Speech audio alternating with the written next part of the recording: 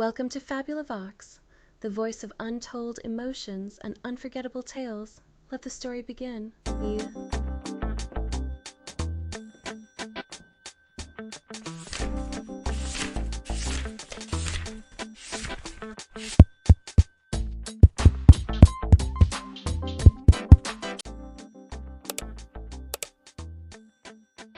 Today we are going to begin our story from Chapter 1. After military training and over a month of socializing, the high school students, who had previously been strangers, had become familiar with their classmates. Chatting and joking in groups of 3 or 5, it was break time, just after morning exercises, and the unsupervised students were in high spirits. The jostling finally woke Qiao Lan, who had fallen asleep on her desk. The surroundings were chaotic, and the chattering and shouting filled her ears, jarring her eardrums. Before Qiao Lan could react, she glanced up to see a boy playing nearby, running straight into her. Reflexively, Qiao Lan jumped aside, knocking him off his chair and onto the ground. As he rolled back, he rubbed his bruised arm and cursed. He glared at Qiao Lan. "Damn, why are you hiding?" "Qiao Lan." Qiao Lan looked at the boy. He had a large face, a short haircut, a fierce-looking expression with 2 or 3 pimples, and was nearly 1.9 meters tall and stocky. It was bad enough that he bumped into her with such a big body and didn't apologize, but now he was asking her why she was hiding. "Do you think you're a piece of paper? If you're not hiding, wait." Before she could finish her sentence, the girl sitting in front of Qiao Lan turned around and glanced at the boy. "Qinyang, be quiet." The girl's voice was pleasant and melodious. Qiao Lan, still a little confused, glanced at her subconsciously, then couldn't help but take a second look. The girl had fair skin and delicate features. Even with a ponytail and school uniform, she looked stunning. Her large, watery eyes were particularly striking, like a doll's. The boy, who had just looked impatient with Qiao Lan, suddenly brightened up. "Nothing," he said with a careless smile, then turned to look at Qiao Lan. "I was just kidding. By the way, Qiao Lan, where's today's candy?" "Candy? What kind of candy?" "Just candy." "Are you sleepy?" Qinyang said as he moved closer to Qiao Lan and reached out to touch the hole in Qiao Lan's desk. Even if they were very good friends, there was no reason to just reach into someone's desk like that, not to mention that she didn't even know the boy. Qiao Lan grabbed the boy's arm and said impatiently, "What are you doing?" Qinyang's hand was blocked outside, and he was stunned for a rare moment. They used to look down on Qiao Lan and didn't want to pay attention to her at all. Later, Song Yao always brought Qiao Lan with her, and Qiao Lan would buy them candies and water from time to time. Although they looked down on such obvious flattery, who would refuse free food?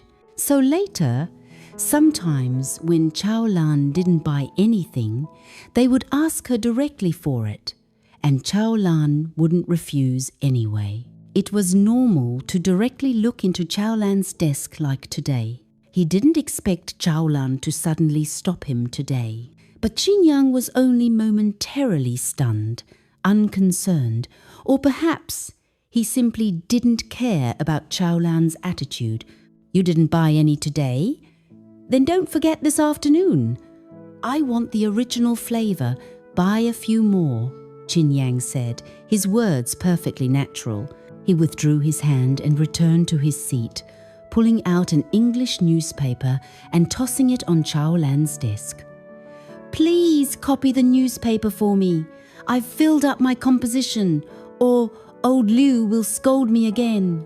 He tossed the newspaper to Qiao Lan, returned to his seat, rummaged through his bag, and then rushed out of the classroom with a group of boys to continue their fight in the hallway.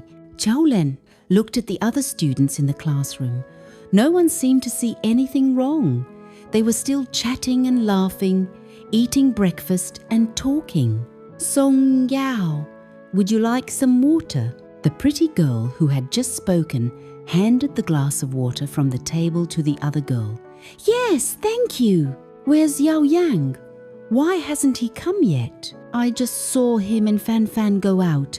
I guess he went to get breakfast. It was all useless nonsense, but it made Qiao Lan's head spin. If Song Yao wasn't enough, then Yao Yang was another. Qiao Lan had recently read a novel with the same name as hers, so she flipped through it. Song Yao and Chen Yao Yang were the heroine and hero of the book. She removed the newspaper the boy had just dropped on the table and opened the textbook. There were 2 elegant characters on it. Qiao Lan. At that moment, Qiao Lan's mind was filled with only one curse word, damn it. She had stumbled upon something as bizarre as transmigrating into a book. But transmigrating into a book would have been fine. Except, why didn't she become the beautiful, wealthy, and accomplished heroine? But instead, Qiao Lan, just because her name was Qiao Lan, the Qiao Lan in the book was a villain, a cannon fodder villain who couldn't be more miserable. A poor, ugly, and unfortunate student, she was exploited by her parents at home and bullied by her classmates at school. Later, the beautiful and kind-hearted heroine, Song Yao, couldn't stand it anymore and took the initiative to befriend her. So Qiao Lan reluctantly became a member of Song Yao's group of friends. Having Song Yao's support was one thing, but having the boys and girls close to Song Yao look down on her was another. To please these people, Qiao Lan often offered to buy groceries, do homework, and clean the house so they could take her along on their trips. When Qiao Lan first read the book, she was so angry she wanted to curse. The book described Qiao Lan as being so skinny, practically skin and bones, and instead of saving her money for herself, she was trying to find ways to use it to serve these people. She must be crazy. Without a second thought, Qiao Lan stood up and threw the newspaper back onto Chin Yang's desk. After sitting back down, Qiao Lan fished out her own newspaper from her school bag. She had already done all the multiple choice questions, leaving the correction section and the composition section blank. Outside the teaching building, the disabled access road had a gentle slope, but it was still very difficult for Tan Mo to turn the wheelchair. His hands were not as strong as those of an average person, even weaker than those of many girls. The students coming and going automatically made some space when they saw him. Tan Mo could hear the students passing by whispering and countless gazes that were comparable to public execution. After much difficulty, the wheelchair was finally almost at the entrance of the corridor when a person suddenly rushed out of the teaching building and crashed directly into Tan Mo. The wheelchair jolted backward. His finger caught in the wheel, sharp pain surging. The chair slid down the path, tumbled over the steps, and Tan Mo fell hard to the ground. He bled, trembled, and no one helped him. Finally, after several failed attempts, he climbed back into his chair, dust-stained and silent. In the classroom, Qiao Lan was halfway through her composition when a group of boys rushed in. The one at the front placed a cup on Song Yao's desk, prompting laughter. It was Chen Yao Yang, tall, handsome, the male lead himself. After handing Song Yao her cup, he turned, and Qiao Lan caught the faint disgust on his face. She muttered inwardly, "Stupid!" The classroom buzzed again, but in the last row sat an empty corner Tan Mo's seat.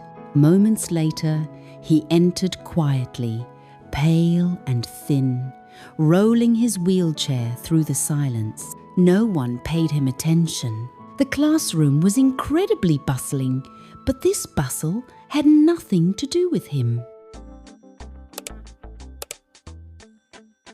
Chapter 2, The Boy in Shadows. Both Qiao Lan and Tanmo were minor characters, neither of whom received much attention in the book.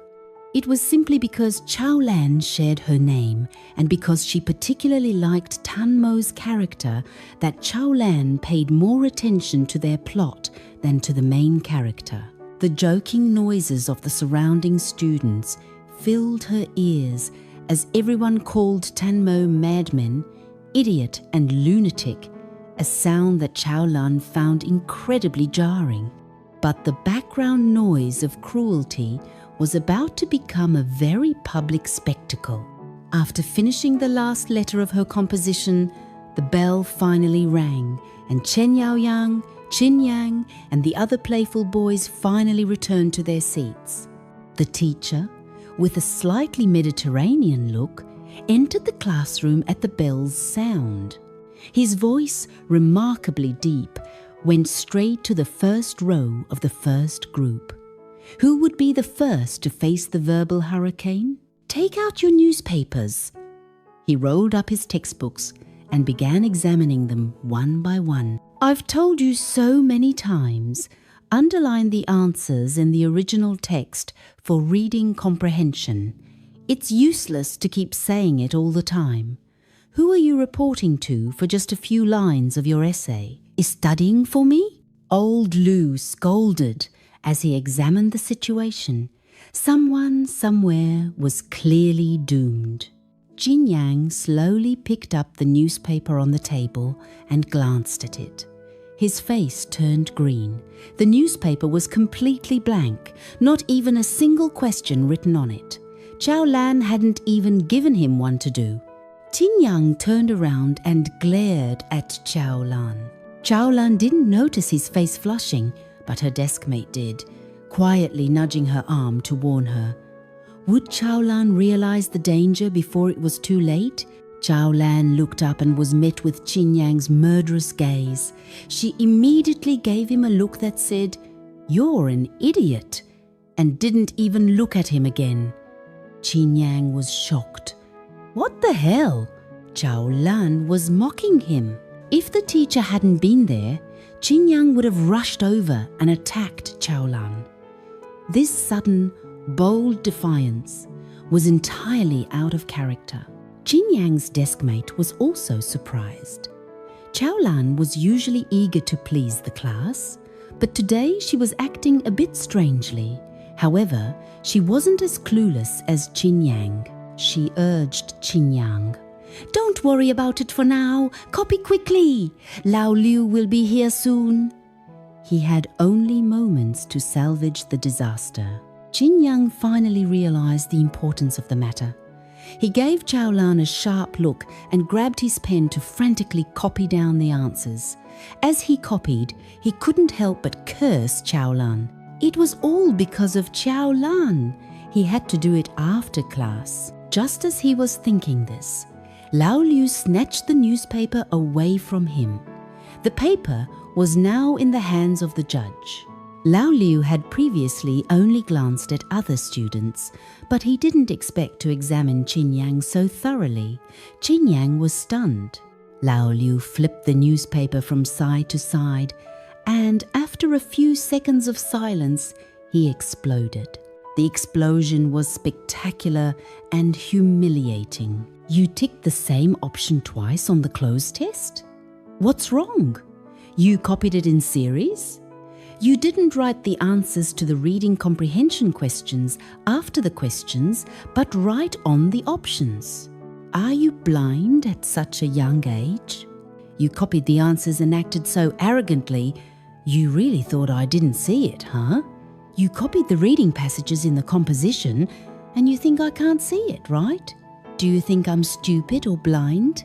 You're tall and strong, but you don't have any skills. You'd be better off standing in the playground, drying a few pounds of oil. When you've spent all your parents' money, you'll find a crooked tree and hang yourself. Get out of here and stand back. How would Qin Yang possibly recover from that public execution?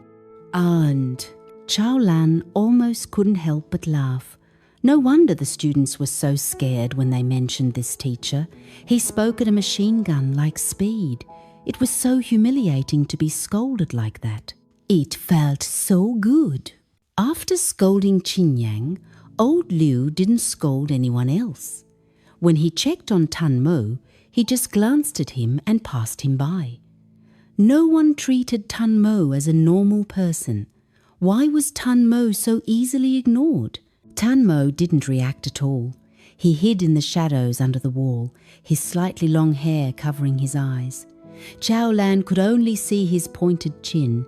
He was too thin and too pale. Qiao Lan withdrew her gaze, ignoring the murderous look from Qin Yang standing behind her, and listened carefully to Lao Liu's class. The moment class ended, the real conflict began. Although Lao Liu had a bad temper, his teaching was indeed very good. The English class ended quickly without any feeling. After class, Qiao Lan glanced at the timetable, put away the English textbook, and searched for the math book in the desk hole. Just as she touched the corner of the book, a shadow fell over her. The voices of the girls talking next to her became quiet. The shadow belonged to a very angry boy. Qiao Lan turned around and saw Qin Yang with a fierce look on his face. Qiao Lan pulled out the math book. "What are you doing?" Damn, why was she asking him what he was doing? Qin Yang's eyebrows stood up. He got scolded and punished, and now she had the nerve to ask him what he was doing. "Didn't you hear me ask you to write a newspaper?" "I promised." Her cool response only fueled his rage. Chen Yaoyang, Song Yao, and the others sitting in the front row looked over in surprise. Chen Yang was stunned, but his anger only made him feel even more ashamed. "Say that again, damn it!" "Are you deaf? Move aside. Don't block my way," Qiao Lan said as she stood up, preparing to put some books in the bookcase at the back of the classroom. Qin Yang was about to lose control completely. Qin Yang, visibly furious, grabbed the book from Qiao Lan's hand and threw it, sending it crashing heavily against the back wall. One book flew straight toward Tan Mo, hitting his leg before falling to the ground.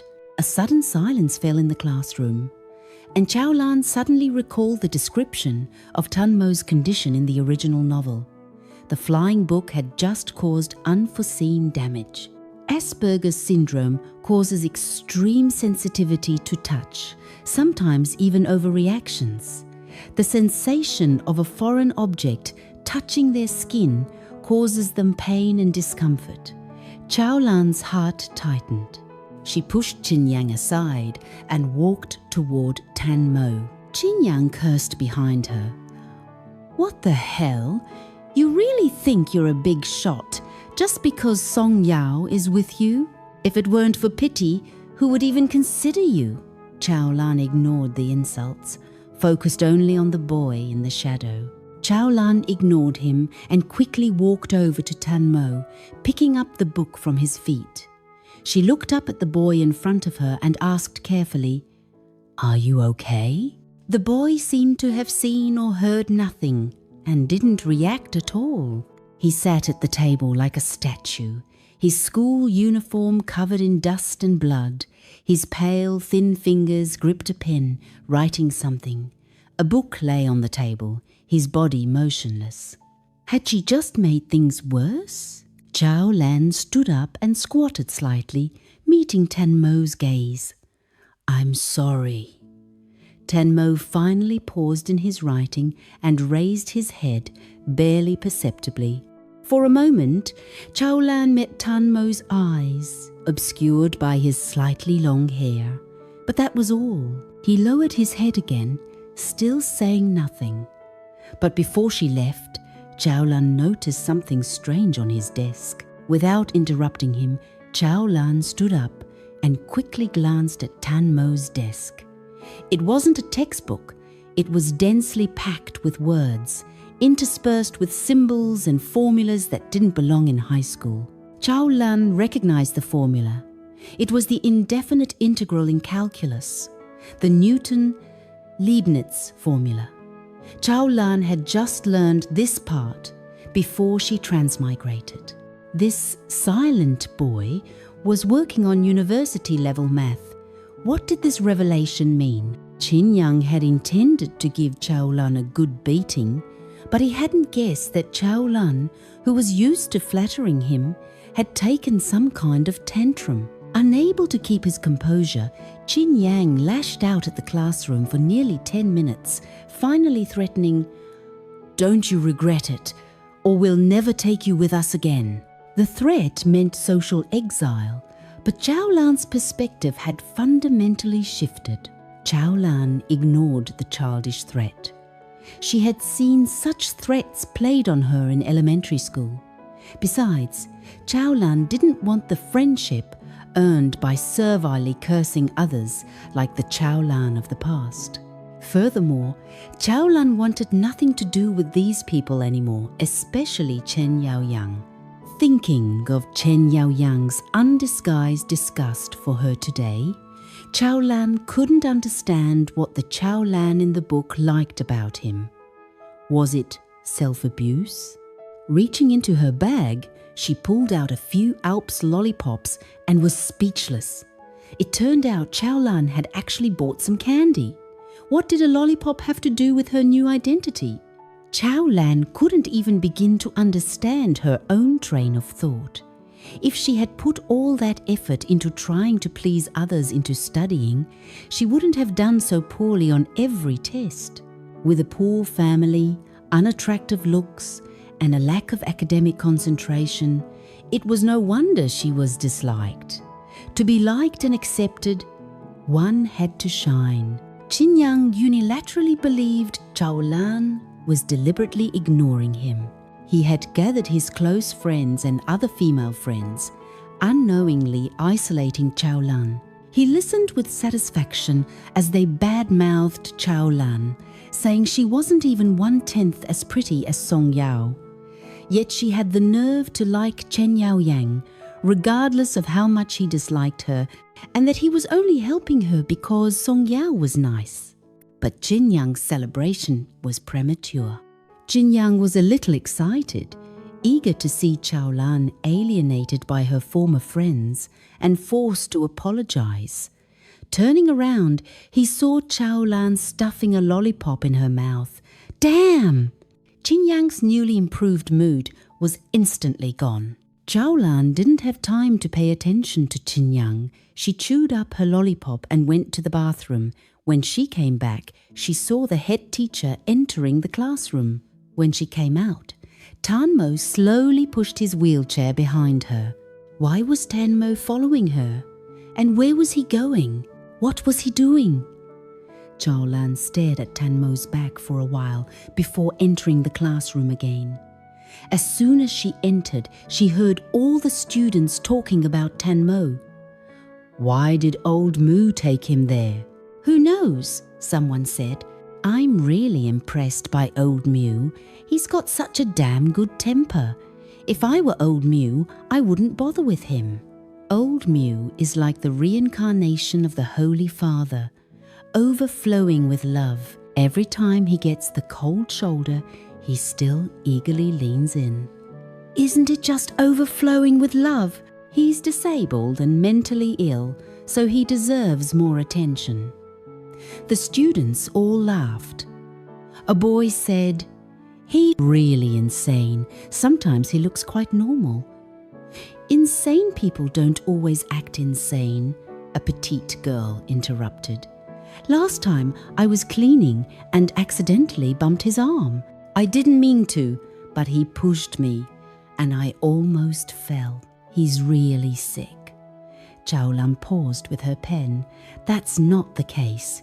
It's because he has Asperger's syndrome. His skin is extremely sensitive. What normal people consider a light touch is shocking to them. Didn't I sit next to him for a few days before? We even talked a few words. It scared me to death." "What's wrong?" the students said, excitedly and angrily. "When you talk to him, he stares at you, his eyes barely moving. It's terrifying. Also, his hands sometimes shake when he picks up a pen. Isn't that epilepsy? He's holding a pen, writing. Can he? He can. Of course he can. Qiao Lan thought of the calculus book she'd seen on Tanmo's desk today.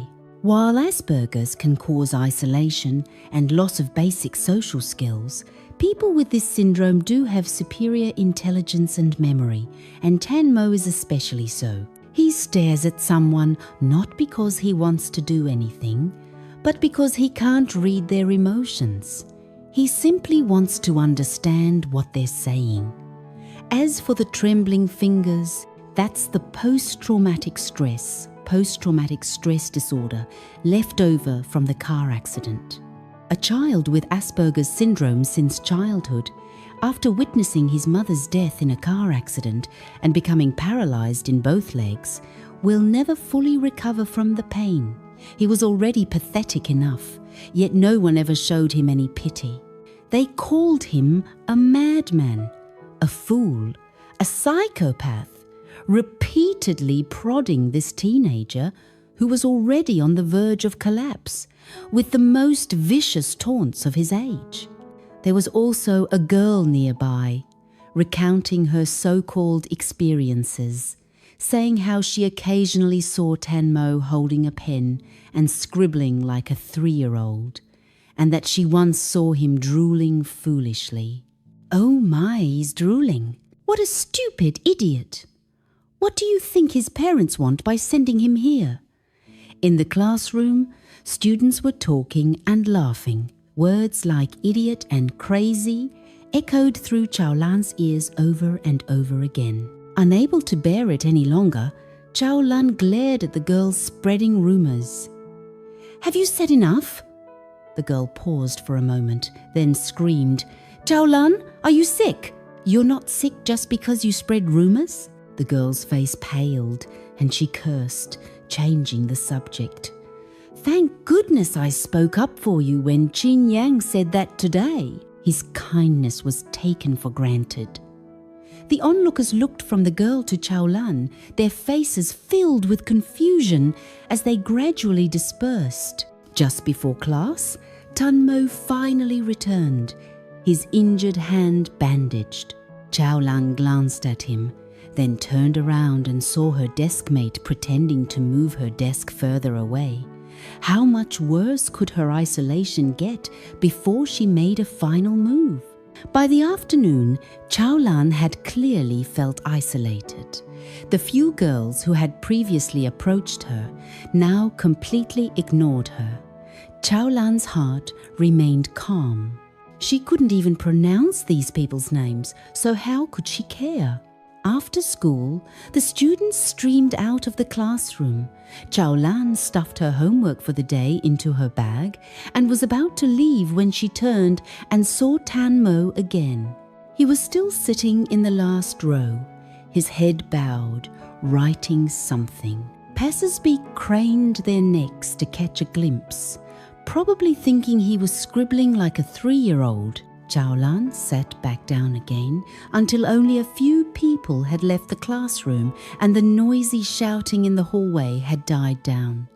Only then did Tanmo move. He pushed his wheelchair, turning it silently, out of the classroom and out of the hallway, finally stopping at the wheelchair ramp. The cuts on his hands still hurt, and his fingers were also painful from digging into the wheels. Looking at the smooth wheelchair before him, Tanmo silently clasped his fingers together.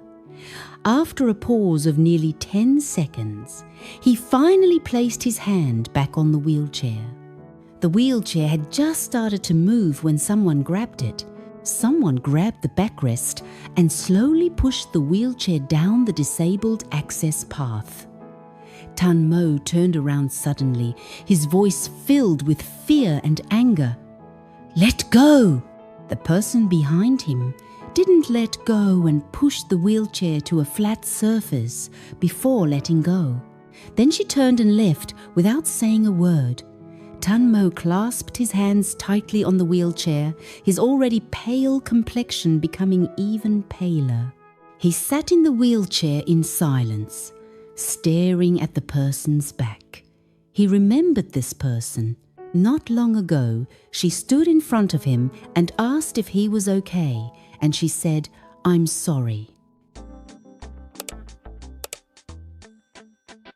Stay tuned for Chapter 3, and don't forget to like, share and subscribe.